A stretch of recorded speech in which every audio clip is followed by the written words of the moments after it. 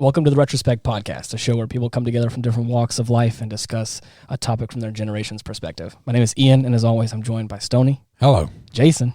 Hello, everyone. And today we have a very special guest. His name is Brandon. Hey, y'all. My name is Brandon. I am the opinion editor for the LSU Reveille. Thank you guys for having me on. I'm really excited to get this show started today. We're absolutely glad to have you. Thank you so much for coming. When we were doing some research on the Madison Brooks story, part one, this will be part two. Your story, your editorial, I guess, because if you're the editor, it would be an editorial, wouldn't it? Caught our attention. And we just felt like we should reach out and get you on board and see what you could add to the right episode. Thanks for coming. I appreciate it. Thank you for this long drive out here too. By the way, in this weather. Before we get too deep into this, okay, I do have a story that I've given you guys little bits and pieces here, and I know this is probably going to be. I'm just buckling up along for the ride. I don't know what's going to happen. I'm just going to be here. The calm before the storm. That's right. So for me, I have something that happened to me last night actually, and it kind of was like a revelation moment. I don't know if anyone else has these kind of like epiphany moments where. Were you in the shower again? I was not in the shower. Wow, really? Yeah, I was on my sofa. Okay. And I just feel like it's. I call it just like an epiphany, a revelation, whatever you want to call it. So there's this old guitar, and it's been around for a while. It's about 10 years old, and it has a few dings and nicks here and there. And it has really old strings. And for anybody who knows anything about old guitar strings, they can look really nasty. And they also don't sound good. They can't hold a tune very well, and you're supposed to change them out regularly. Well, Mallory wasn't ever told that. They just got left on, and they became really bad. She wants to try and get rid of this guitar because it doesn't sound good, and she thinks that it's not good and it's not worth anything. But I tell her, hold on a minute, let me try and restring the guitar because I do think it's going to really change it a lot. So I take this guitar, and we cut off all the strings, and it feels really good to like clean it up, get it all nice, and then restring it all back together. And I did the whole routine of tuning it and stringing it all up and making it all nice. And it ended up turning out really, really nice. It sounded great. And what she thought was not worth anything and not good, it turned out to be very beautiful again after just a little bit of time and work put into it. And then as we got finished up and she was kind of falling asleep on the couch, I was playing and just like noodling around, having fun on this guitar and really admiring the work that I put into it. I really got a chance. And this is where that epiphany moment came in. I'm sitting here with this guitar, and it all of a sudden dawned on me, and it feels so much bigger than just this guitar. And I feel like I'm supposed to tell this to you all today because I feel like I'm supposed to share this. I looked at this guitar as more of a metaphor for your life, for you as a person. That sure, it may be a little old, or it may have some scars and some nicks and dings in it from a life long lived, and sure, it may not be the prettiest or made of the best quality materials. But what do you need to cut out of your life to help make yourself shine and to help breathe new life into you? What Mallory once thought as a guitar that wasn't worth anything really, or that wasn't as good as she thought it was, simply just cutting out these old strings and putting new ones on there, breathed new life into this instrument, and all of a sudden made it into something brand new feeling. And then as I was really sitting in all of that, all of these thoughts and emotions about this whole thing, I started applying that to my life in a way, is what are those things that are tying you down and holding you back that you just need to cut out of your life, that feel hard to let go of, but you know you need to let go of it because it's going to make you sound and feel and look better. Even though structurally the guitar, even though structurally you as a person may have gone through some hardships, you're still solid. This guitar still had the ability to make beautiful music. It just needed to go through some work. And it may not have been easy because it took time and it took being intentional, but it was still a beautiful instrument deep down. It just took some real work to get there. And sometimes in life, I feel like that is us. There are things in life that we need to cut out and we need to get rid of to make us a better person. Okay. Anyways, Well, thank you for sharing that. No problem. So hopefully that encourages somebody. Hopefully that is some sort of ray of sunshine in someone's dark, stormy day. And for our new listeners, right.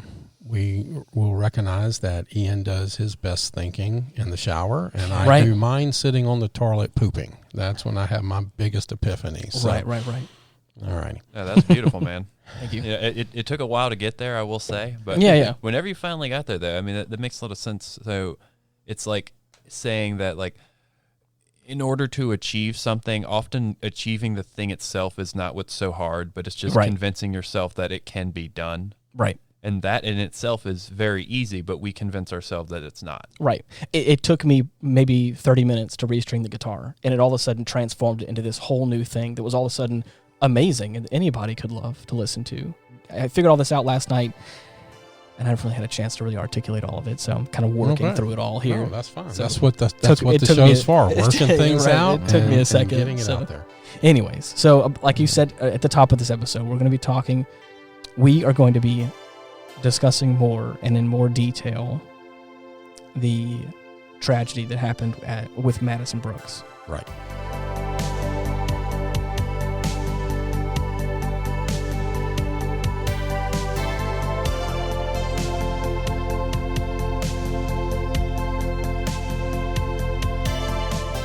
I would like to say that when we recorded part one, and I can tell this, I think, in fair sense, we drop a new episode every Monday at 6 a.m. We try to record on Thursdays to give our wonderful production team time to cut, dispense, add, change, whatever we need to until Monday to make the wonderful show that we try to give y'all. We recorded on Thursday, and Friday and Saturday, a lot of the meat dropped into the public's eye about the tragedy of Madison Brooks. And with that, I would like to say that all persons are innocent until proven guilty, even though there is a lot of opinion and published work on the 4 suspects, 2 for rape and 2 for principal to rape. This podcast is not here to condemn anyone or to convict anyone, but these are our opinions. These are our thoughts, our processes that we go through on a daily basis, being a generational podcast of how a boomer, an X-Gen, and a millennial think of things. So please bear with us. And as always, if you have any thing to add to it, please feel free to reach out to us and let us know. But all persons are innocent until proven guilty in a court of law. Yeah, that's true. But look at the crap that's out there about these people. It's now. a lot of information has been dropping on these this incident. I have been using since the podcast, since we recorded it.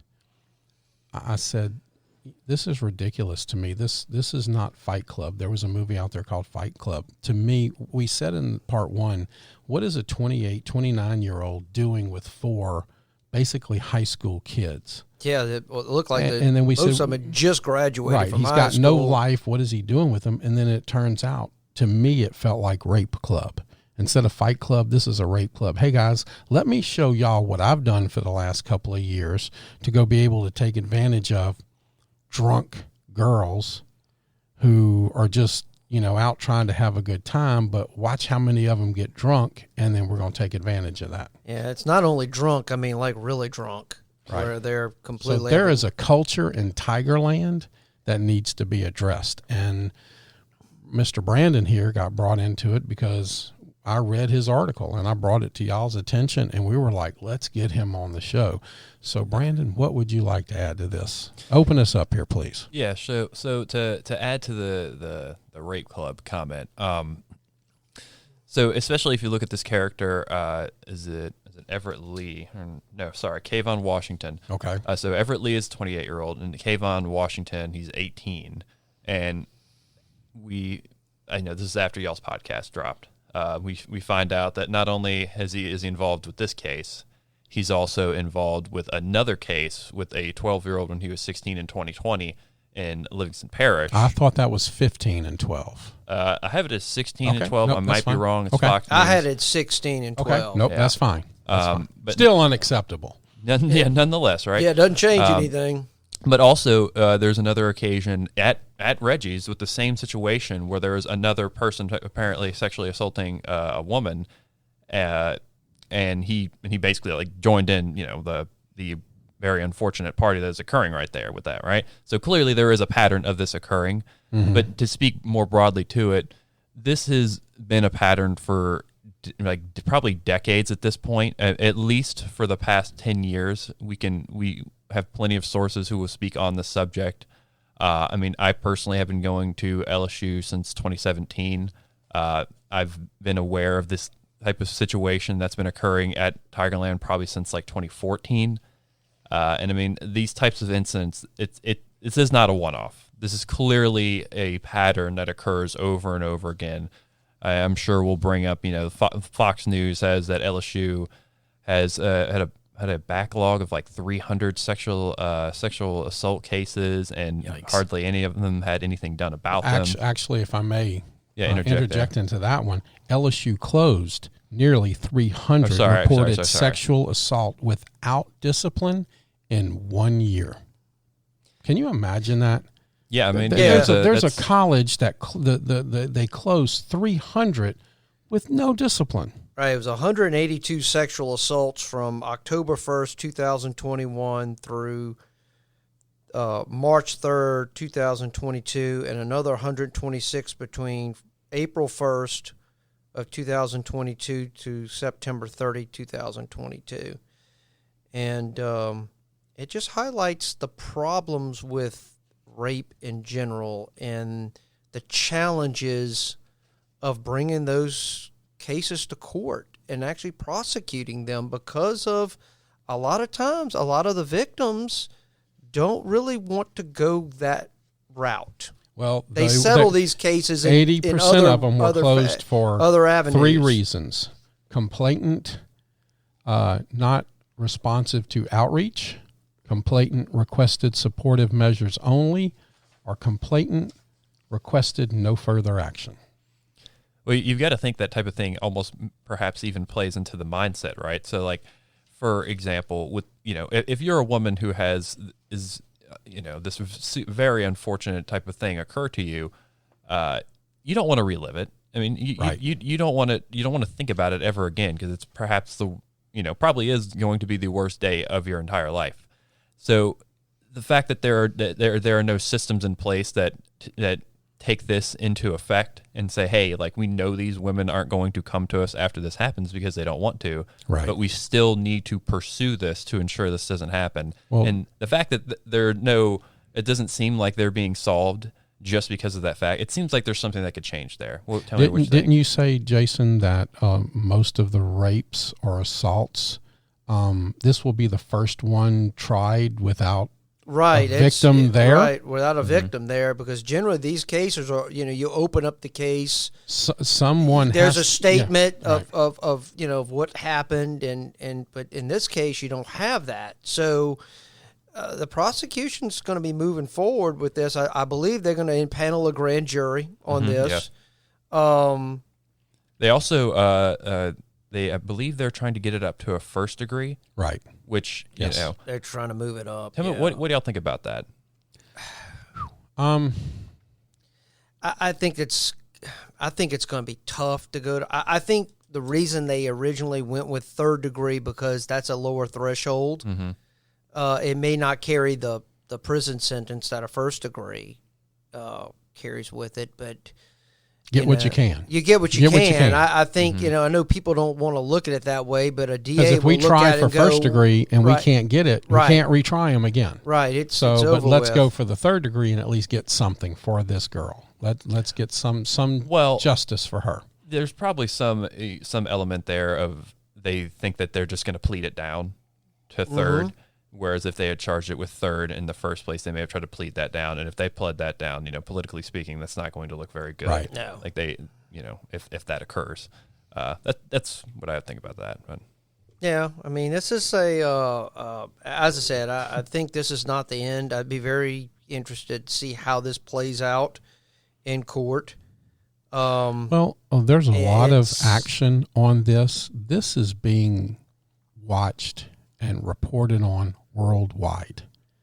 Yeah, Even it is. In England, this is a huge case. People are looking at this just because of the scope of the culture on college campuses. LSU being we're LSU right now is in the spotlight because they're huge in the because spotlight of on this incident. And then you got, if you're going to go back, it wasn't rape, but I mean, you still got the Allie Rice. The Allie Rice situation going on where that girl was murdered in her car, and there's been no arrest because they can't. There's obviously there's no information out there of who may have done this, but it just stirs the pot even more of this idea of like what's going on at LSU. Right. I've spoken to parents that don't want to send their daughters to LSU anymore, and they're becoming quite, adamant about I'll send her out of state before I'll send her home to LSU. And I'm like, that's just horrible. That's not good for LSU. I mean, LSU, but granted, in LSU's defense, these things happened off campus. Oh, absolutely. But if you're going to expose your kid to the LSU experience, you're exposing them to the whole experience of which Tigerland is part of it. Yeah, unfortunately, that area is just I know about that place, and it's just a bad area. I mean, you've got sorority girls, you've got fraternity guys, you've got athletes, you've got gangbangers. I mean, you got a bunch of different groups kind of really showing up. Originally, in the early one 80s, place, that you had to have a student ID to even live in that area. I think they had to. And now it's mostly Section 8. Yeah, it is.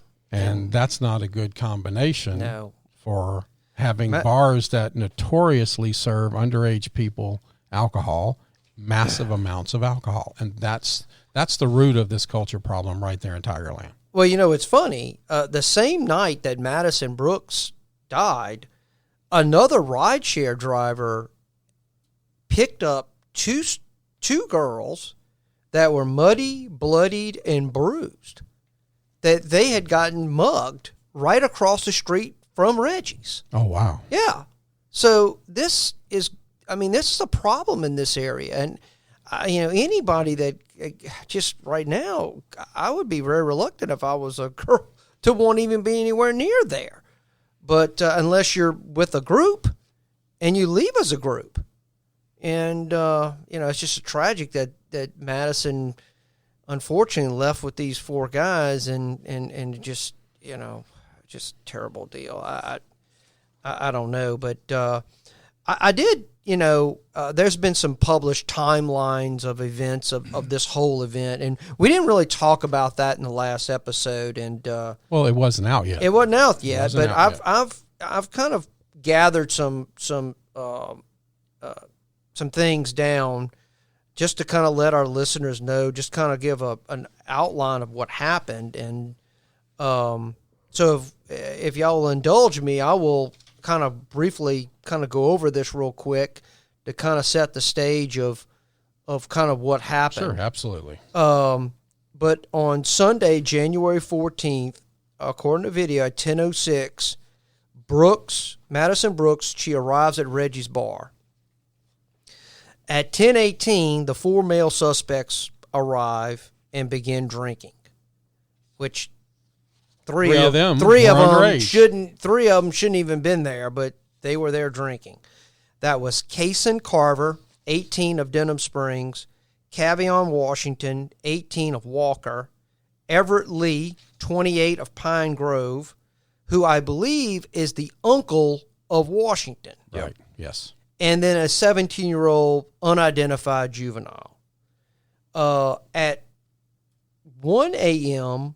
on Monday, January 15th, video evidence shows Brooks sitting at a stool at Reggie's bar, and she appears to be highly intoxicated, and she was having problems standing up. Well, she got up to adjust her pants, right, and fell over. Exactly. And it took 3 people to get her back on her feet. And I believe that the 3 people that approached her might have been them guys. I didn't see that.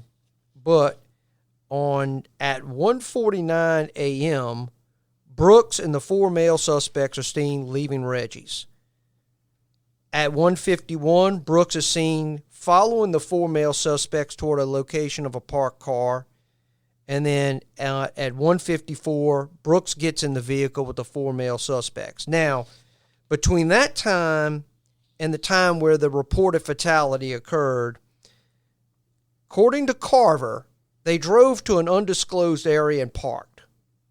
At that point, Carver overhears a 17-year-old juvenile asking if she would have sex with him, which supposedly or allegedly Brooks allegedly gave consent.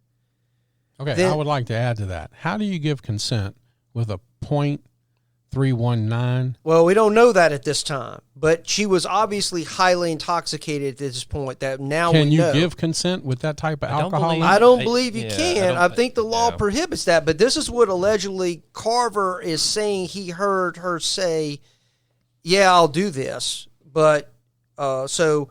This 17-year-old juvenile in Washington then takes turns, in essence, raping this girl. And at the same time, video is being recorded in the vehicle of this event, and they're basically laughing at her because she can't talk straight and she's slurring her speech and stuff like that. Callously, yeah.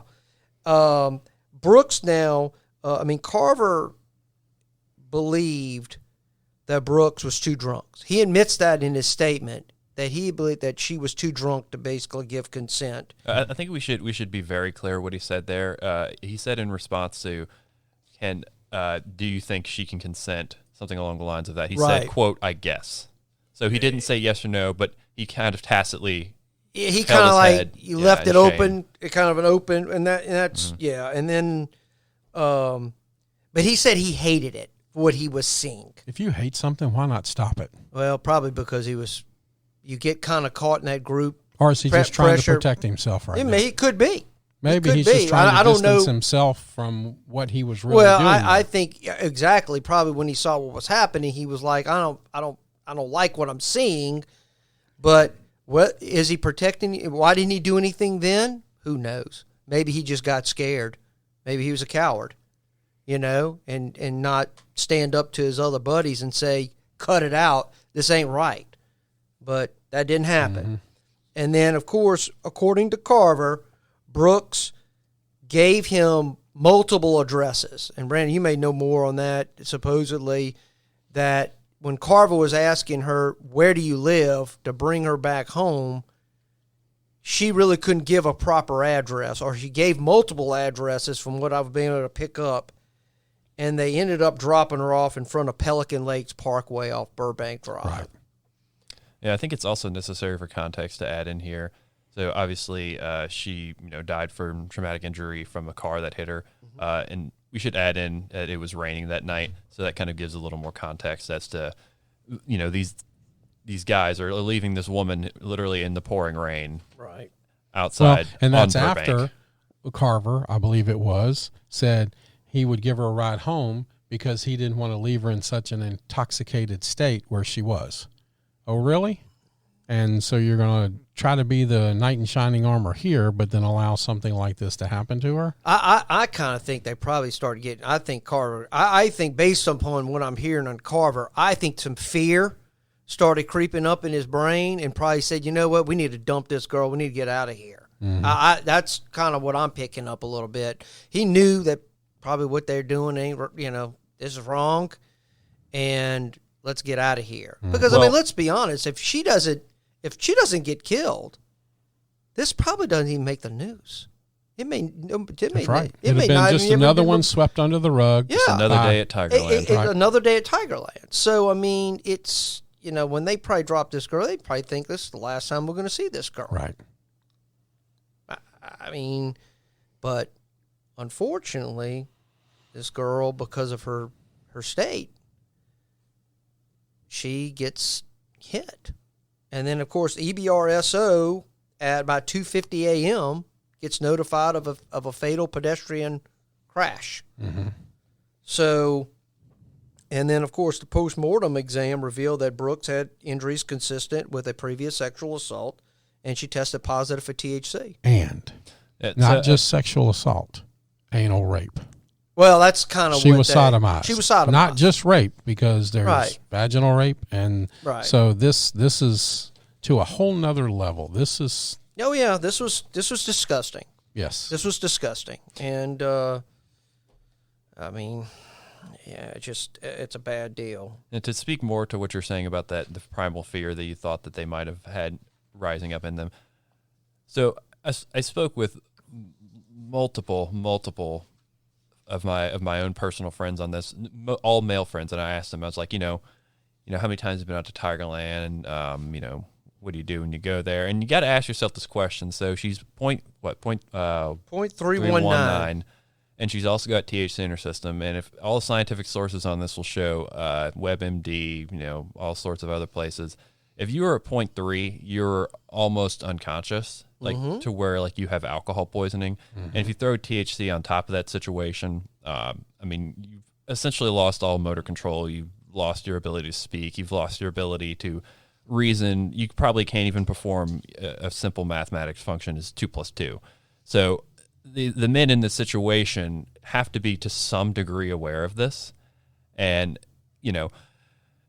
there's no doubt have been situations where, a man and his wife are going home, and they're both super drunk, and, they both end up doing whatever. Maybe a man and his girlfriend, right. Maybe a man and a girl you've not quite dating yet. So maybe you question it, but 4 men with one girl who they just met, you got to think within their brains, they're like, something about this isn't right. Right. And if you're willing to cross that line, you've got to ask yourself, where are you morally speaking? Well, there are some times in life, and I'm not talking about experience in this scenario specifically, but I feel like we all have done something we weren't supposed to do, whether it be a teenager, or whether it be in your 20s or whatever. But you all know that, that moment when you probably know that this is wrong, but you just choose not to think about it. You know what I mean? Maybe you're in with the wrong crowd, you're in with the wrong people, and I have been personally in a scenario where I'm like, this I know isn't right, but sometimes I choose not to think about it and just kind of either play along, or I just will go along for the ride. Never anything quite as heinous as this, but and then sometimes I've looked back after the fact and been like, that I knew better, and I should have done something. And I think I'm a better person because of scenarios like that, where I'm like, I now will probably say something in a scenario where I feel like this is the wrong thing to do. Or a lot of times you'll probably keep doing bad things that you probably know are wrong, but you'll still do until you get caught. And then you're like, oh, that was really wrong. And I knew that it was wrong, but I kept doing it anyways. And I feel like it's a scenario kind of like that. I think these guys probably knew that it was wrong, but they chose not to think about it, and they're just going to keep living in this moment. Let's keep going with this until it gets too far, and then we're like, now we're in a bad spot. That's at least what I think it sounds like to me, at least. So earlier today I was in political theory, and we're Fun. It's actually, I actually do love it. Believe it or not. And we were talking about Spinoza, and it made me kind of think of Kant, because we were talking about freedom and how essentially Spinoza's and Kant's formulation of freedom is that you are free from your appetite, which appetite is kind of defined as basically your primal urges. So they both kind of agree on that subject. And a lot of people, and this kind of comes to what you were speaking about earlier, actually, with the guitar, where sometimes you don't want to do things, and the reason why you don't want to do things is because that is really more in line with your primal urge to be lazy, or maybe in this situation with your primal urge to, be sexual with a woman. But that in and of itself makes you a prisoner to your urges. And I think a lot of people are ultimately prisoners of their urges, but in this particular case, it metastasized into something much more sinister. And I think, Yeah, I think Washington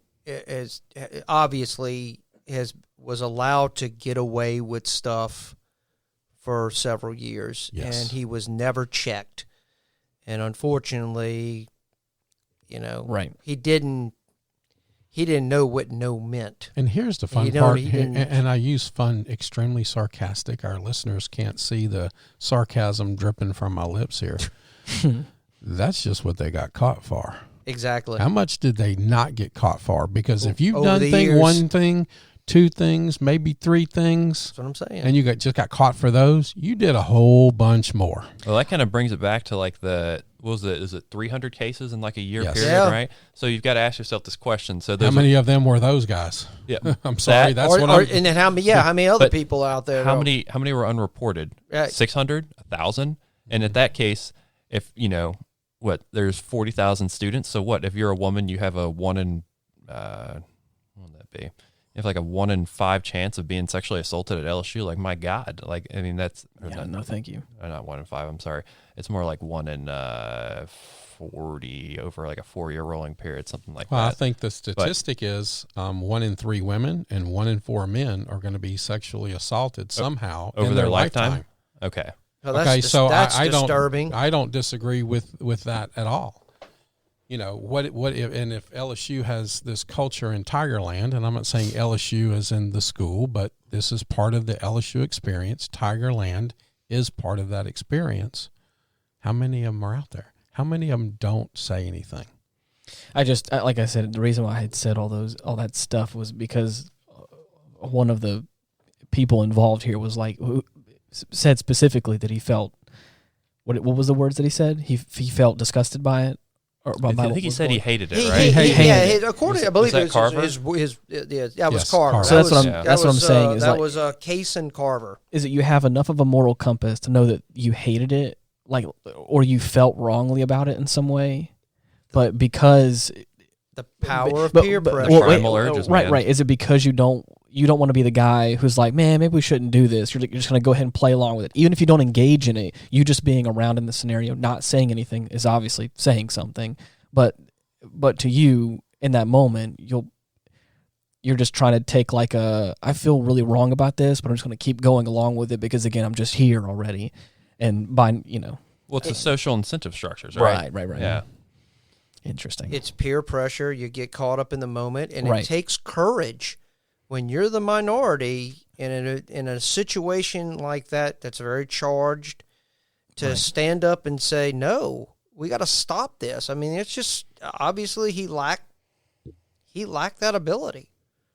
He could have stopped that. He could have said, guys, cut it out. We're done with this. A lot in the last episode. We're going to find this girl. We're going to bring her back to the bar and find somebody that can bring her home or whatever. He didn't do that. He failed. He failed as a human being. Yes, he did. Backbone, I think, is what we said a whole lot in the last episode. Is it felt like none of them had a real backbone to say, this isn't right. We should probably stop this. But it's like I said, I think once you got, you and your 3 buddies all together and we're all joking around having a fun time, quote unquote fun time, it's like, it just feels like, we're just going to keep going with the flow until it gets too deep. And then, of course, I think that's what happened. And so... Well, there's been some other information on this Washington character. I mean, he's... I was reading another article where he created a disc tape. If I'm saying the term right. You're referencing a mixtape? It said disc. No, I think diss it's tape? yeah, Disc it's tape.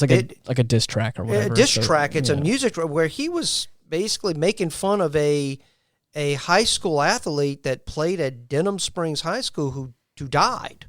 Okay. And there's a whole article where, he was making fun of this, this, which to me kind of reflects on his character. Sure, so that it just absolutely does. That just adds to.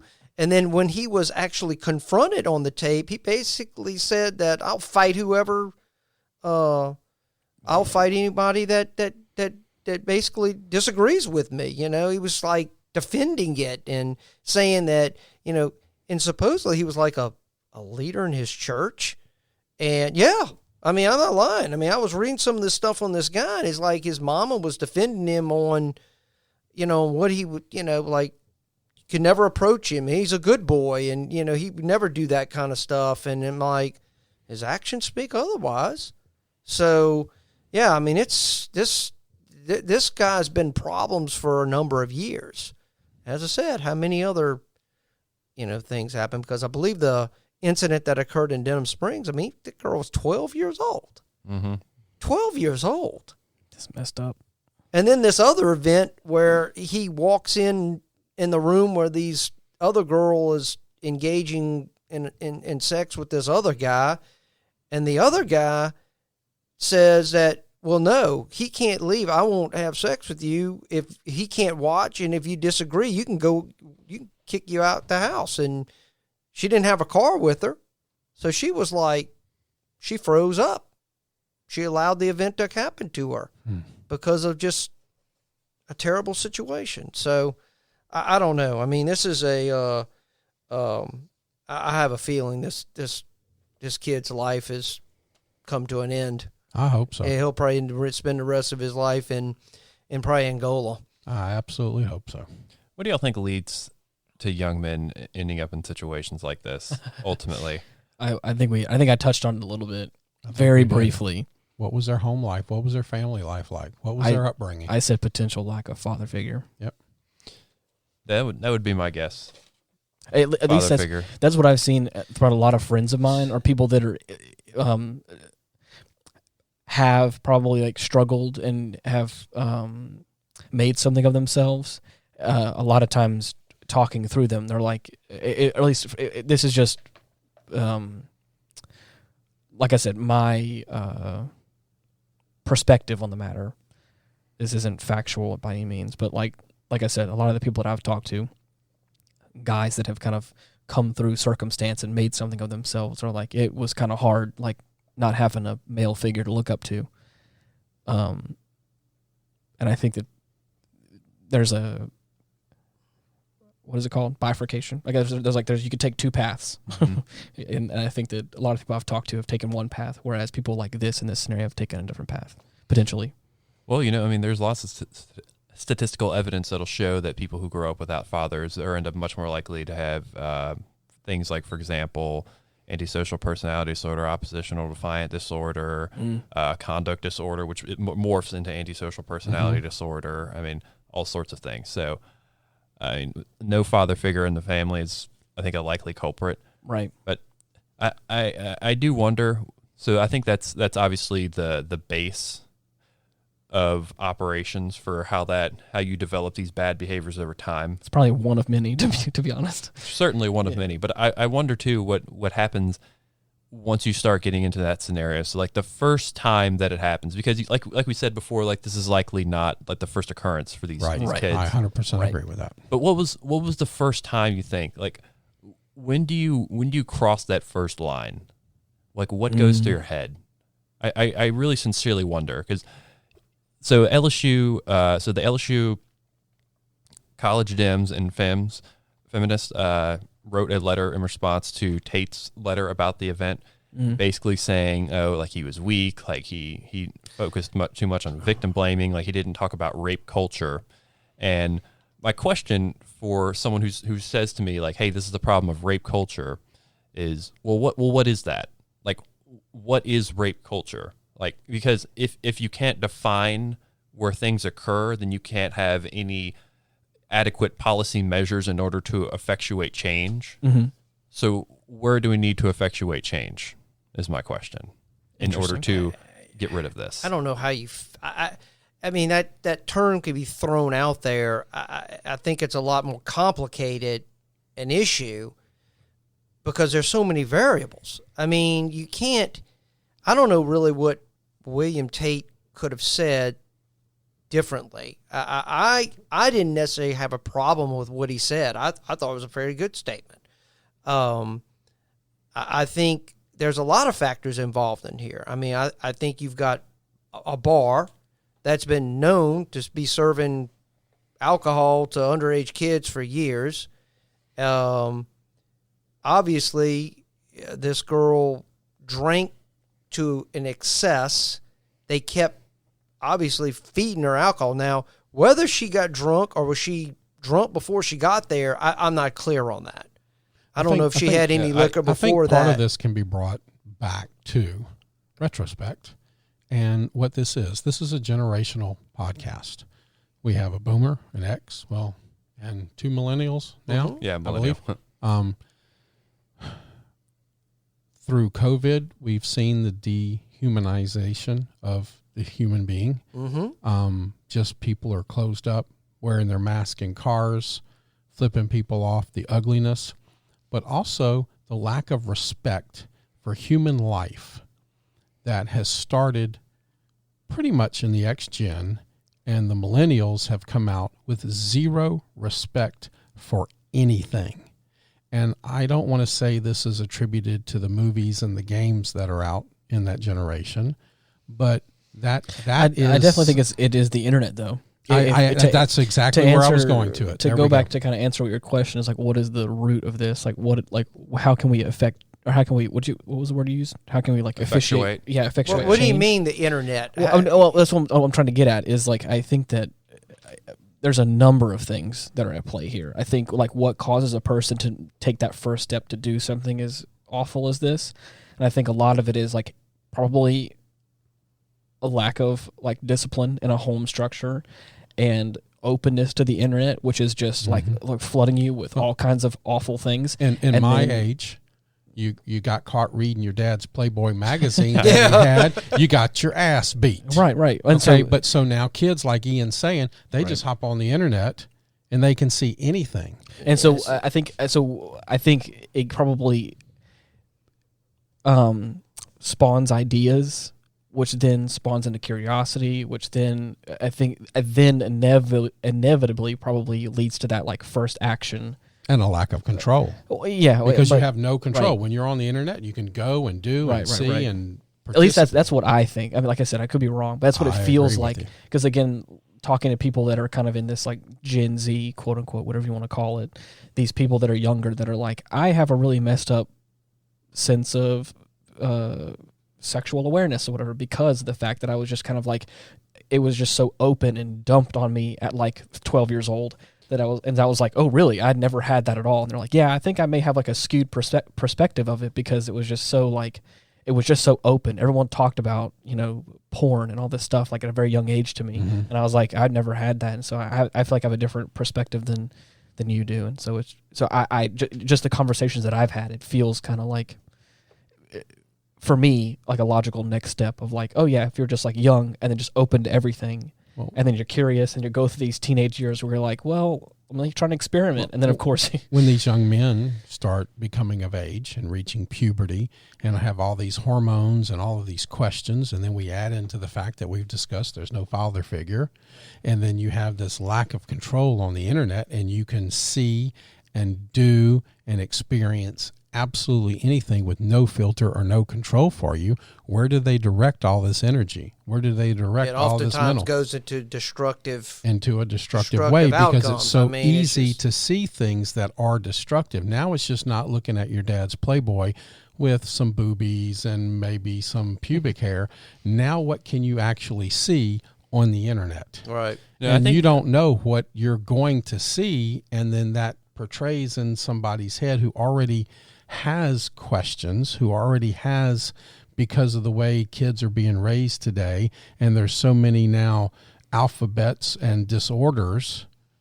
We're increasing all of that, and now you put this into a free reign on the internet. Mm-hmm. Yeah, with no dad to beat the crap out of them and teach them boundaries. Yeah, that'll do it, huh? But so that's a really good point. And to kind of tie what both of y'all said together, I do think that online social media is obviously a very huge problem. And if you look at social media, I mean, it started really taking off in like 2012, 2013. Mm-hmm. Coincidentally, mental illness starts going up around that time. Mm-hmm. Shocker. But well, I can say from an experience in my life now that I'm really not going to put out there, an addiction to electronics and social media has been compared to almost exactly not being addicted to drugs, but being addicted to heroin. It releases getting the likes or the dislikes or people following you, the same release of dopamine and serotonin and all of these things almost exactly as heroin addiction. And what are we doing that to a 12-year-old kid who already has these hormones running through their life now with all of this stuff going through it too? Yeah, so what are we creating? So the really good point there with the dopamine and how these social media sites and particularly porn sites utilize the dopaminergic system in order to basically addict you to it. And so there's this guy, his neuroscientist, his name's Andrew Huberman. He's got a great podcast, but he said there is no currency but dopamine. So I have heard that. Yeah. I have heard that. So yes. whenever you literally get money or you get a thing, you get enjoyment. You're getting a currency in your brain that's being spent, and that currency is dopamine. So whenever you go on to a porn website and you watch women behaving in these particular ways, you get this. Again, you get addicted to watching women do this type of thing, and you get used to. I'll be like, oh, like they, I don't want to get explicit here by any means, but you get used to seeing them do things that ain't normal, right? And that's where I was going with this. You have this open thing that you can absolutely see anything happening to a man and a woman now. It's not just the simple, looking at the Playboy centerfold, going ooh ah. This is what can you experience on the internet. And I think just to add something real quick, sorry to cut you off. No, you're good. You're good. There's another principle that gets taken advantage of here. This is thing called availability bias. So whenever you see something more frequently, you're more likely to think that it is, because you see it a lot. So yeah, you think it's acceptable. You think normal. like, this is normal. This happens all the time. People are actually doing this on the internet, so it must be good. Exactly. Right. So you see these women doing these acts, and you're like, oh wow, this is normal, and you don't realize it's happening, but your brain is subtly accepting it as reality. And then I just want you to imagine, like, all this whole scenario that we're talking about, all these very intelligent things that we're all saying, and just put yourself at your most curious state at 13 years old, trying to figure out what you feel and what you are attracted to and what you believe and who you are fundamentally as a person, and trying to understand that about yourself. And just imagine having this just limitless cornucopia of the most heinous sexual acts in the world at your fingertips. Yeah. And what does that do to a person? Absolutely. What are we creating? It warps your brain after a while. Yeah, at least that's what I think, personally. And there have been studies that have shown that, for example, I always get the white and the gray neural matter mixed up, but it's the neuron endings basically get fried from pornography, but also it activates your limbic system, and your limbic system is like your emotional area. Right. So like it's your it's your fear, it's your happiness, it's all that, and it activates that at the expense of your frontal cortex, which is the thinking area. So it quite literally decreases your capacity to reason. Robin Williams actually said it best, and please bear with me if I get the quote right from Robin Williams. Yes, God created a man with a penis, but he did not create enough blood to run the brain and the penis at the same time. Jesus. That's pretty good. And it's kind of true. Yeah, some people can't even run one at the same time. Well, there you go. But, and when you're adding all of these things, all of these impulses and receptors just popping off and going crazy with all of this input coming into, a kid's head that doesn't have a father figure, that only gets his information from there.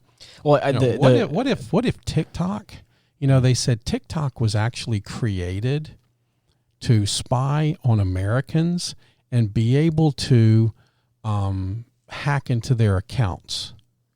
And now what if it's been changed to change kids' mental perceptions of life? There's a whole experiment. That's a really deep like I don't want to say conspiracy theory because rabbit it's hole? actually yes, because it's actually kind of like it's factual that Chinese TikTok is different than American TikTok, but we won't get there. Anyways, to kind of further talk about what you're saying with this like whole availability bias, we're talking about like lack of a father figure or people. I think really is, besides just having a lack of a father, is like also just having like lack of discipline in a certain way, because like we talked about, if somebody doesn't know what's between like what's right and wrong, right, it's hard to discipline them when it, like, if there is no discipline to like really convey that something is right or wrong. Mm-hmm. It's hard because I again, those same people that I've talked to that have like in this, even people that are millennials, they don't discipline their kids in a certain way, or that they weren't disciplined in a certain way. Can I add to that? I love exactly what you're saying, and I'm feeling that, but I also would like to add to it too.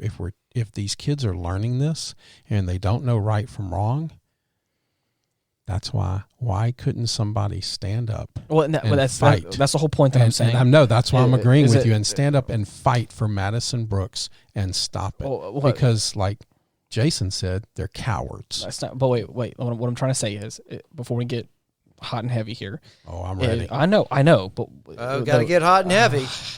The point that I'm saying is that if you grow up having no perception of ever being told that you're wrong, or that you ever get reprimanded for doing a bad thing, and then you grow up in your preteen years during puberty and you see all these heinous acts, and of course is it availability bias you said? Mm-hmm. Is like you start to believe that all these things are normal, that all these like heinous things are just okay. You start to like double down on the fact that like not only is this normal, but it's also okay. And even if it is wrong, I'm never wrong. I'm always right. And even like I'm never gonna get reprimanded for anything is what it feels like. And so maybe it could be the fact that they felt like it was wrong and they didn't want to say anything because they just wanted to keep quiet and keep in the moment. But at the same time, did any of them feel like it was really wrong? Who knows? We may never know. But it just, you're right. Is it? Who knows? Where are the real men to stand up and defend somebody? They need defend honor, defend a lady. What happened to chivalry? I believe we also said this in the previous episode as well. Some say chivalry is dead. I've been saying that for 20 years. I don't think so. I've been saying that I don't think so either, because I'm still alive. Number one, I agree with you. I believe in chivalry and the way it should be, but I don't see that much anymore. I really don't. I mean, I think that instead of saying chivalry, I think a majority of upstanding people is going away. It comes back to morals. Like, that's what I'm saying. It's it's just saying like more like it's a moral issue. Instead of saying chivalry, is that I feel like morality is taking like a tank is what it feels like. That's another topic for, because it doesn't just feel like treating people with respect. It feels like knowing and understanding what is right and wrong, like fundamentally. Well, we that just feels so skewed. We can look at how people perceive themselves today. It's hard to respect anything when you don't have respect for yourself, and you can't even, how do you view yourself? And people can't. They're just so hard on themselves. They're confused about so many things in the world today. They're confused about themselves. How are you going to respect something else? Young men need fathers. It is critical, and I don't know where it's going, because right now the amount of people growing up in single-parent households, it's just rising. I mean, the statistics on marriage aren't good to begin with. There's just, I think it's 50% of marriages fail. So I think it's more than that. It may be more than that. So there's going to be more of that, and I don't know how we get a handle on this. I really don't. But I know real quick, I want to, because when we'll start talking about the effects of porn and stuff like that, just for our listeners, Act 440 of the Louisiana legislature passed a law requiring an ID to access porn. I've heard about that. Yeah. Yeah. It's not across the board. I think it is. I think it's major porn sites, not all of them though. Yeah, I think it's like maybe 25% or more of your website is porn, or maybe 25 or 33. I don't know. I remember something keyed up in my brain. I remember reading about something in the news about that. I heard from some people that they had said it's like major sites, like all the big, heavy hitters or whatever you have to have an ID to access them at all, like even to get on them. I imagine that'll help, but I mean anybody can access information. Well, I mean, yeah. Surely, but you got to think it's making some impact, right? Oh yeah, it has some impact. It'll help some, but where there's a will, there's a way. One of the things I would like to get into this on now, I'd like to bring it back to the culture of most states in the country have what's called a dram law, and Louisiana has anti-dram laws. That's right. And basically, if you, an entity, a bar or a restaurant or whatever, even if you go to somebody's house and they serve you alcohol, they are responsible for those actions if you get drunk or beyond some kind of capacity to make good decisions. But Louisiana has passed laws that are anti-dram laws that now only hold the server somewhat responsible for that. Yeah, I believe they're considered contract employees? Contract employees, so it doesn't hold the bar or the bar owner now responsible. Why? So why is that? I think this is a really excellent point to bring up. So I was actually a bartender for probably 3 years or so. Cool. Bartended a couple of different places, and you have to take. Obviously, I'm still registered at ABC and ATC, but a lot of the part of the training is where they tell you, they're like, hey, it's your responsibility if someone is super drunk and they're walking out and you see them stumbling out. If you don't do something, that's a problem. That's a legal problem. It's also a moral problem, but it's also a legal problem.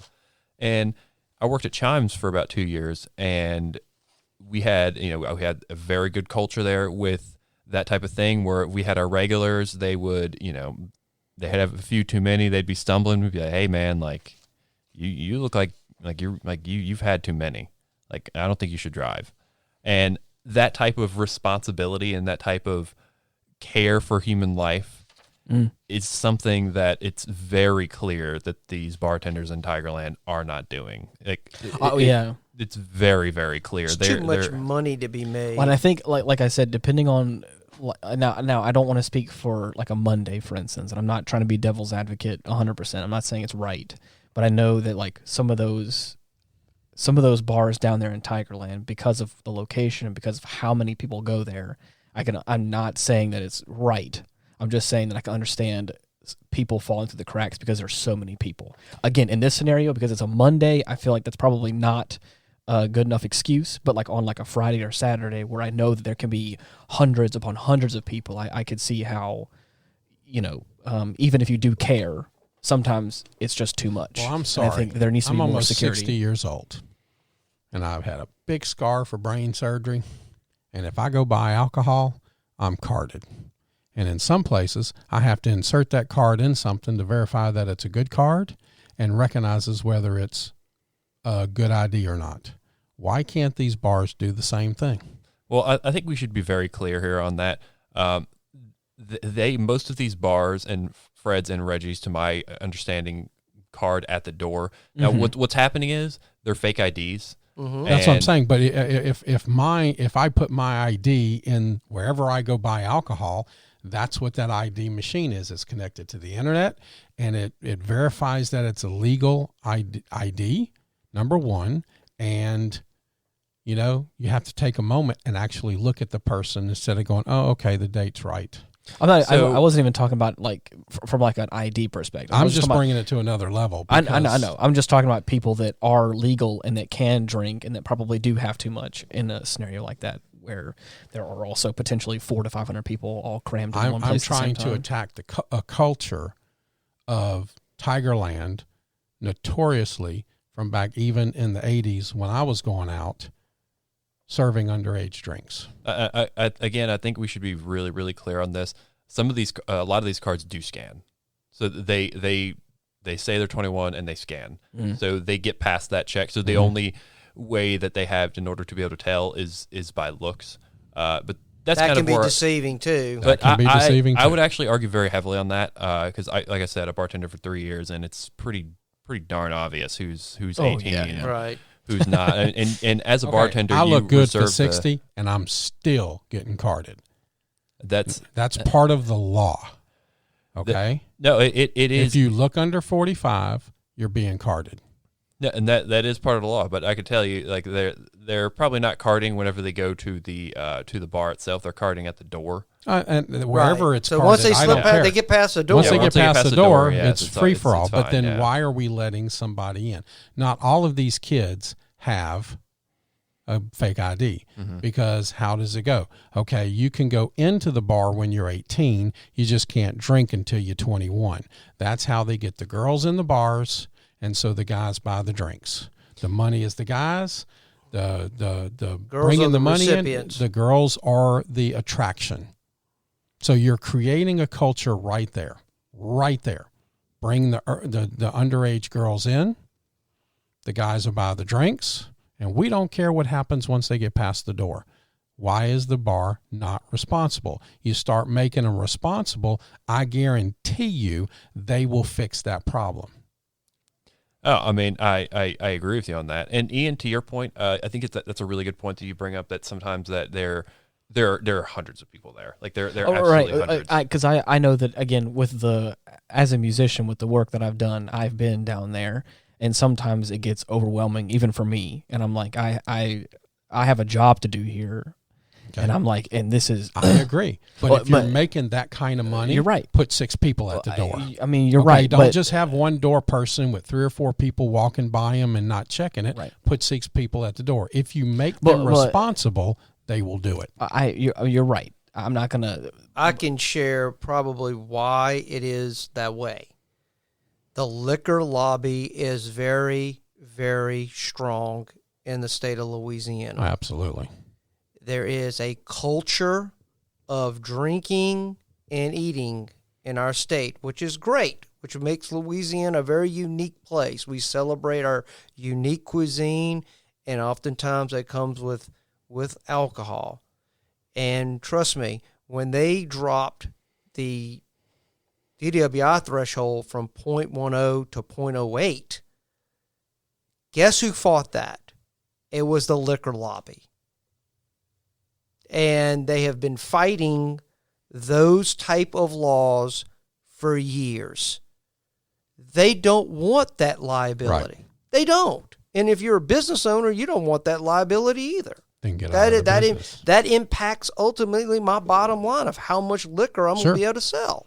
Absolutely. That's why it is what it is. The only effect and change that you will make is to affect and change somebody's pocketbook. That's it. If you don't affect their pocketbook, they have no incentive to make the changes. And I know some people that own restaurants would probably be saying, Jason, you don't need to be saying that. And another thing too is like, again, you said something earlier that I don't fully agree with either, because again, I know people that work in that scene as well, is like, they're trying to get girls in the bar and guys there, but they're not specifically targeting underage girls. They're trying to get people in the bar because they're trying to make money. That's the whole thing. They're trying to make money, and they're trying to do it as legal as possible, at least from the people that I've talked about in this scenario. And again, because it is so popular and it is the place to be, and this is what I've learned from working at the coffee shop, this is what I've learned from talking to people in this greater community, is that because it's the place to be, it attracts everyone. Okay, especially here's people that hold on, wait, especially people that are underage. And you're right, there needs to be better checks and balances in place. But at the same time, I think that like the business is trying to target the correct demographic, but it's also encompassing people that are not legally supposed to be there. And like, yes, they're falling through the cracks and they need to get better at it, but I don't think they're specifically hunting them down. Why change the law? Hey, you got to be 21 to get in the bar. So they changed the law to be 18. They are targeting those people. I'm not saying targeting 16 and 17-year-olds, but Right. underage drinking is under 21. So if we're going to say, okay, a girl can come in when she's 18, she just can't drink until she's 21, you are specifically targeting that. I haven't because been- girls over 21 years old, 22, 23, have their heads in the books trying to further their education, and the 18 to 20-year-olds are going, oh, it's party time. I'm out of mom and dad's house. The places that I'm talking about, though, and I apologize, I didn't know that's what you meant. The places I'm talking about don't let you in under 21. Okay, that's not the ones we're talking that's about. what I'm We're saying. talking about Tigerland right now, Okay. where that is the culture. That's why they want these girls in here. That's why they give them a free pass to get in there, because the boys are going to go in there and buy them drinks. And the older girls are studying. They got their heads in the books, so they have I wouldn't necessarily say that. They're actually at Fred's. They're actually in those places as well. They all are, across the but board. number-wise, there's more of the younger ones going, I don't believe that. I don't believe that. I kind of lean toward what Ian's saying. I believe they're all there. Because it's a festive atmosphere. You know what? They are all there. But guess what you just did by allowing the 18 to 21s in there? you're not wrong. Did you double the numbers? Did you triple the numbers? How many more targets did you put out there because you want to get girls into the bar to sell drinks? Well, I think we're kind of mixing, I think, causality and blame here. So it certainly there is blame to be had on the bars themselves for being unbelievably irresponsible. You got to think like these are kind of downwind effects that occur with these guys who end up coming into these bars. Yes. I mean, I think ultimately it is the bar's fault, but there are multiple places that we need to attack here. That it's not just the bars themselves. It's also we need to say, hey, like if these sexual assault cases are occurring, like we are going to bust you. Like we're not going to let you get away. 100%. Because if we could fix the bar situation, You're right. but that may not ultimately fix all the sexual assault cases that are getting swept on. Right. I mean, it doesn't stop anybody from somebody buying a bunch of liquor and going somewhere else and getting drunk. You don't have to go to a bar to get drunk. That's right. So, I mean, you really can't control it on that end. I mean, ultimately, it's people have to have some responsibility about themselves. I know I mentioned it in the last podcast, and I remember when we were discussing some of the Facebook comments when this story first broke, and I brought up a comment that a guy put in there about Madison Brooks that nobody wanted to hear, that she had some blame in getting herself to such a state that she was incapable of making rational decisions. Ultimately, the individual chooses to drink, and to drink to a point where I can't think right. Mm-hmm. But I'm sorry. In life, you should be able to go to the extreme and get drunk and enjoy life without 4 wolves and predators. But you should do that in the comfort of your own home, I think, not in public. That's what I'm saying. I agree totally with you. I don't believe anybody should be assaulted. But the reality is we don't live in that kind of world. Right. We live in the jungle. In a world and full we of have wolves. people waiting to pounce upon you when given the opportunity. Yes. And to walk in life and not realize that, then I don't know what to tell you, because we might as well just leave our doors open, expose our critical account information out to the public, and you know what? No one's going to do any harm to us. The reality is we live in a world where people are going to do harm to you. You have to be able to protect yourself to some degree. That's where I think the fine line exists. Well, we have a tragedy that occurs. Is there blame on both sides to a degree? More so on the wolves that attacked. But maybe if she doesn't drink as much, or maybe she doesn't drink at all, does that happen to her? Does she get in the car? I can't Does she get in the car with those 4 guys? I don't know. I'm gonna have to push back with you on that as well. I can't go there. I can't follow you down that hole, because I'm sorry. It's a free world. As long as you're not hurting somebody, you should be able to do what the hell you want. And if she wants to go out and get into a drunk, complete stupor, fine. But she should be able to do that without 2 people raping her and 2 people watching. As a father, would you tell your daughter that? For me, like, if you had a little girl, what would you tell her? What sort of thing would you tell to her? Hold on, wait. Let me say something before we get too far off the rails here. I agree with all parties involved with what we're talking about right now. The hard part is that she did it by herself is another thing. Like, yes, you are allowed to make a free decision to get shit-faced wasted if you want to. You can do that. I also think it's some of her fault for going there by herself and getting that drunk.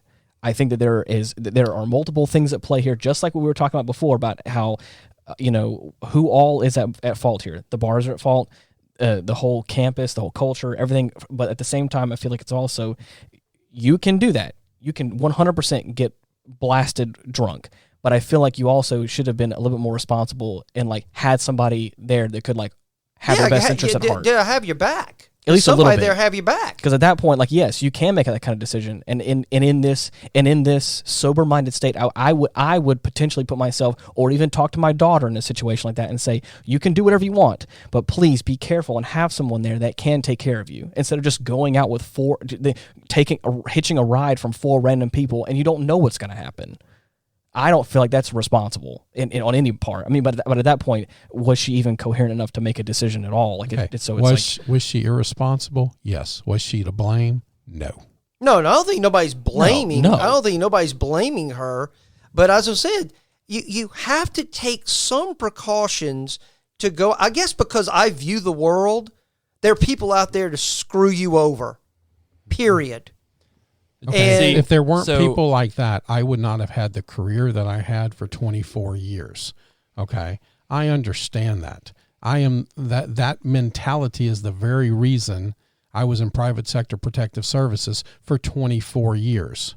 Okay. I get that. We have to protect ourselves, but we should still be able to do that without the wolves taking advantage.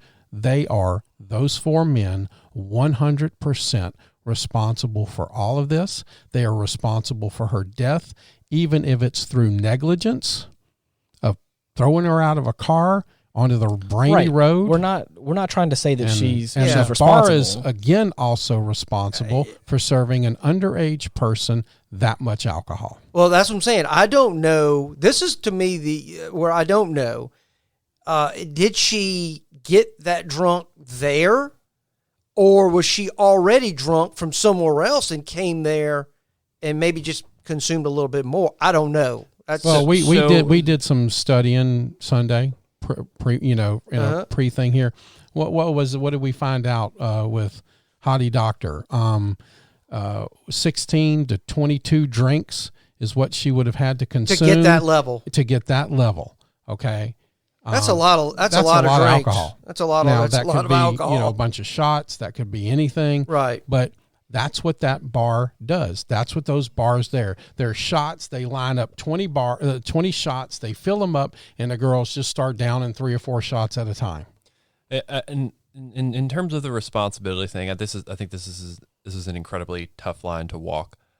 Because this is along the lines of what people were saying in terms of like victim blaming and this, that, right. And yes, like the letter from Dems and feminists. And, I think they went a little too far with their attack of rape culture because like I said, it doesn't have specific policy adjustments. It's just a word.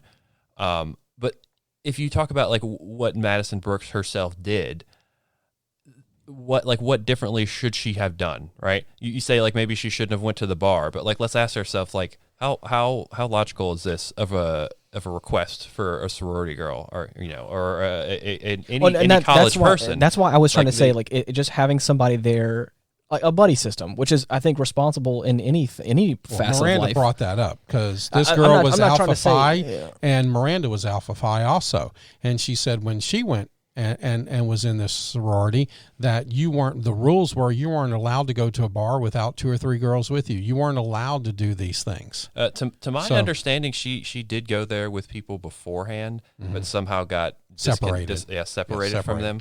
And that's it. Like I said, there's so many nuanced details that it makes the whole situation hard. That's the only thing I was saying. If she had people there that were going to take care of her, then I think it's on them in some way that they should have, also. If you go on there as a team, like that's the whole. Anyways, we're getting off into the weeds here, but that's. See, I think right. The thing is, in terms of, so we talk about Madison Brooks this, Madison Brooks that, but what is it about her decisions that, like I said, led to this process? So we say, maybe she's responsible because of X, Y, and Z thing that she did, but like if I go out. This is a little bit different of a situation, but if I walk outside of my house and I get hit by a car, like is that my fault? Now, maybe if I get into a car and I drive belligerently and I run into another car, like that might be my fault, but that's not what Madison Brooks did. Or is it Madison the other Brooks, car's fault for getting in your lane or getting potentially, out? Period, just getting out of their house. But with Madison, these are things that like we expect college kids to do. Yes.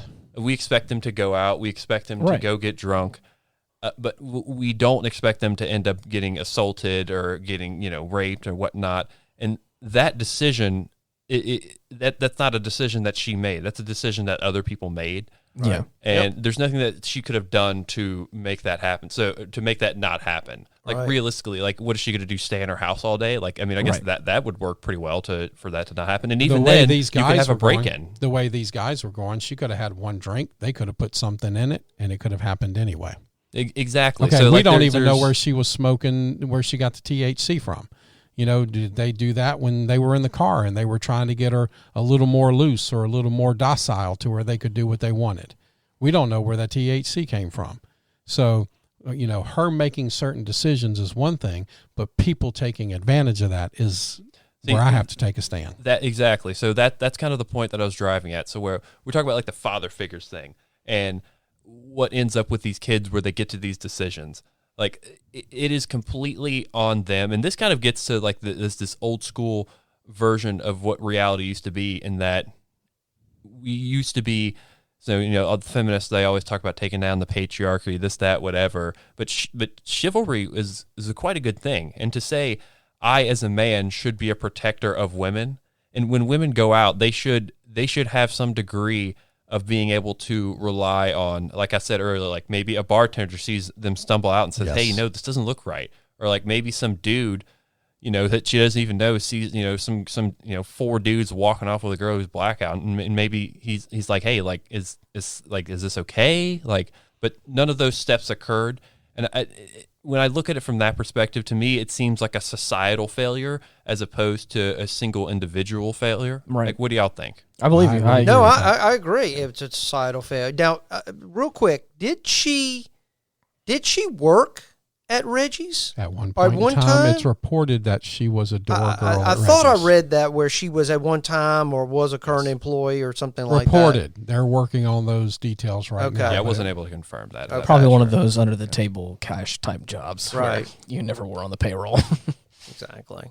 For their own, because again, she's not probably legally allowed to work there, kind of thing. But potentially, I'm not trying to. It's all hypothetical here, so. I mean, wouldn't be surprised. These kind of situations are tragedies. They are. I wish, at a minimum, I wish she would have been with a group. I think she would have been. Or I guess if nothing else, a better group of people that. Right. Really exactly. And I have a problem with if her sorority sisters or whatever or group that she may have been with, they abandoned her. It's messed up. I mean, to me, I find that disturbing, considering that I know the issue of crime and stuff that's been going on around LSU. I mean, that's kind of been, you're probably more on a pulse on just the overall crime issues around LSU, and that has to have been permeating through the student body. Certainly, yeah. And we have an alert system for this, and it used to be a joke. I guess it's a sick joke, but me and a couple of friends, we used to always go study at the LSU library, and it'd just be like once weekly, be like shots fired Astor Street, shots fired East State Street, robbery on East Campus East Lakeshore. It's so frequent at this point that it's like it's normal. God. So people have become desensitized to it. Oh, certainly, yeah. Within the past, yeah, and it's definitely I would say it's slid a little bit, and even in the past 2 years that I've been there. Interesting. Over that 4 year period. Kind of people have built up some shells around them a little bit where, it's just kind of normal. What you see on the internet is just becoming normalized. That's becoming normal. Yeah, now. People don't care anymore. That's another whole issue. I would like to add also that she also died kind of a hero because some of her organs were donated to help somebody else. Heart and kidneys. Yep. And I think that's pretty fantastic. I hate this story. I hate that we have to do this story. It just makes me sick because I love Louisiana. I've moved around the world since 1981, and I always seem to come back to Louisiana. And this just absolutely makes me sick to my stomach that we have to not only do this story once, but twice. And I'm not sure it'll be the last time. And I'm just sad. Well, tragedies are, as I said, the failure of society, a failure of human beings to do the right thing. It's just, we all make decisions. These 4 young men allowed their dark side to win. Darkness won in this tragedy. It really did. And everybody out there has to, I hate to say the old cliche, the good angel and the bad angel on your shoulder. Which one are you going to listen to?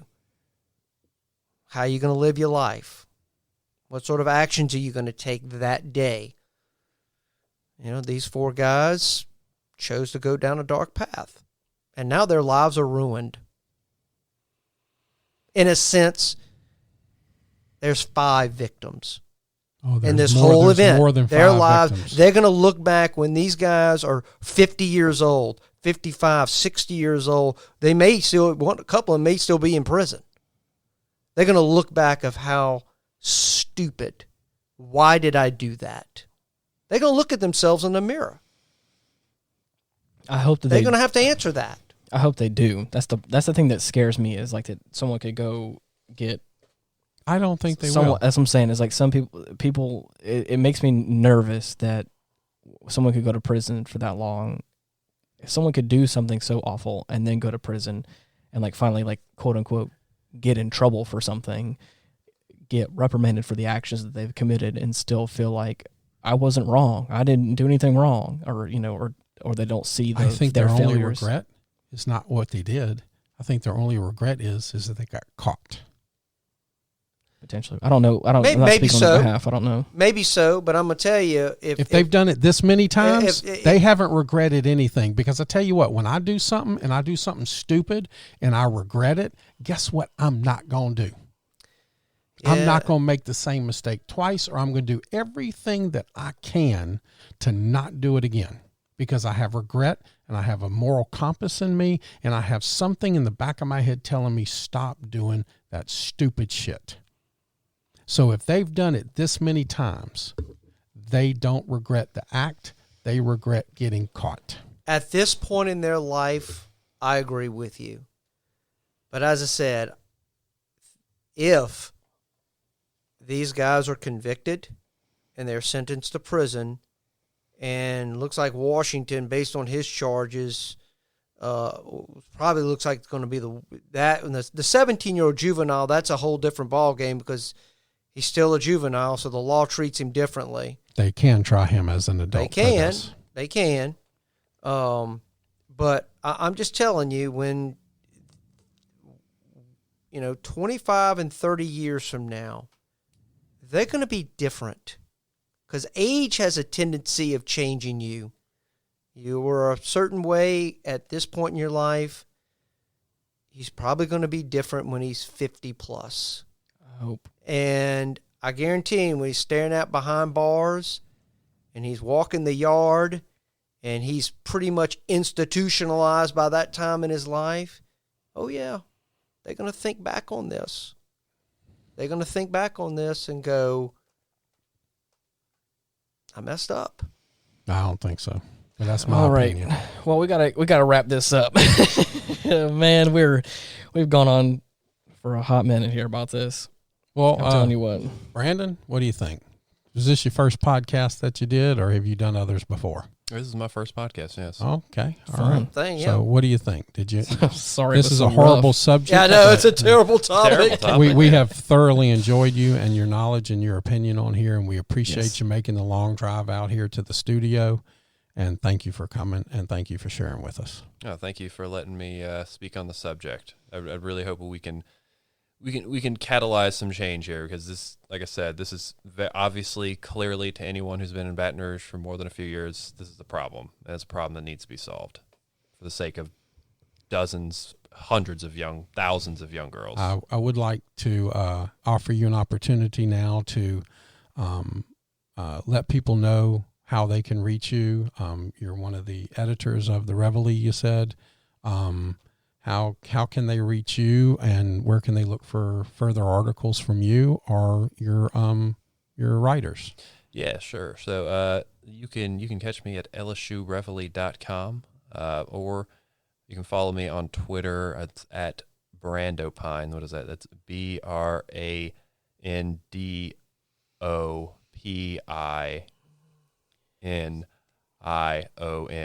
Long name, I know, but That's okay. actually, hey, one last thing. If you'd like to send in a letter to the editor, you can go ahead and send it in to me about that topic, Madison Brooks, or you can send it about any topic. I'd love to hear everyone in Baton Rouge and Louisiana area's opinions. Thank y'all. Awesome. I Well- found out something. Sorry, Ian, right there, You're good. that the Reveille actually still does paper. Yes, we do. I thought by now it would be all online. All digital. and now you told us that some of it's still printed on paper. That's fantastic. That's cool. All right. Well, if you're looking to get in touch with us, we have our Facebook page, Retrospect Pod, where you can go ahead and get in contact with us and give us different topics, or you can go ahead and just reach out to us and talk to us that way. We also have a Linktree /Retrospect Pod, where we have all of our different podcasting platforms you can listen to us on, or the other social media as well. But until next week, thank you so much for listening. Bye-bye. Good night, everyone. God bless. You're the best. Peace.